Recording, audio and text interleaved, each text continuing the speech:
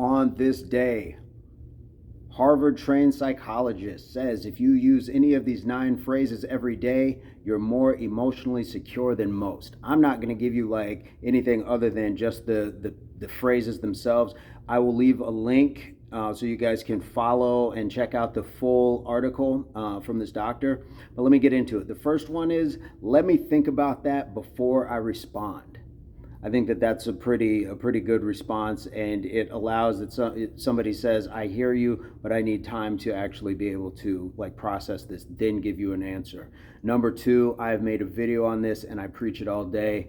No. The power of no is fantastic. You want to be able to utilize it when it's going to benefit you, but don't overuse it to where it can also take you away from some things that you might be able to learn from and experience in life. So no, definitely. Number 3, I'm not comfortable with that. Set your boundaries and absolutely be okay with that. Number 4, this is who I am and I'm proud of it. And I think that that's something that a lot of people need to have more of in this day and age. What's up, Paul? Number 5, am I like that? Do people ask and really want to know about themselves and say, am I like that?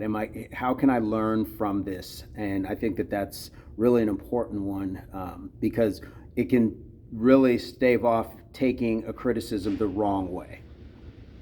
Number 6, I will work on that. Definitely something that I think everybody should be able to say and mean and do. That's the other part, is the actual doing. I'm sorry you're struggling. How can I help? Support without actually doing. I think that that's important because a lot of times people will lean on us sometimes, and you don't want to be a complete crutch for somebody who is able to walk on their own, but just is not feeling the urge to do it at that time. Number 8, this matters to me.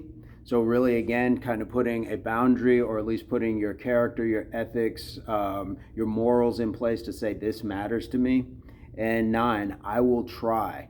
That's a really good one because, again, it shows the willingness to accept possibly a criticism and then be able to say, you know what, I'm going to give it my best. Now, the one thing I will say about this list or any other list when it comes to words like this, communication, is don't just memorize them to use them as talking points. You actually have to mean them and then act upon them as well. Otherwise, you're not really doing it in good faith, and it can become disingenuous. And actually, once somebody picks up that you're not actually meaning what you're saying, then it's going to break a bit of the trust, and it may put like a wedge in your relationships, personal, professional, otherwise. So guys, what are your thoughts on this? Love to hear what you're thinking on any of these. You can go back, rewind, and see if you can hear a particular one that maybe is one that you work on or have worked on or need to work on, or one that you practice constantly. For me, the big one is no, but all the other ones I think are really good and solid as part of something that everybody should have in their toolbox. So hopefully you enjoy the content. Please click the like, even the dislike, won't be mad at you. Hit the notification, subscriptions, and we'll see you on the next one.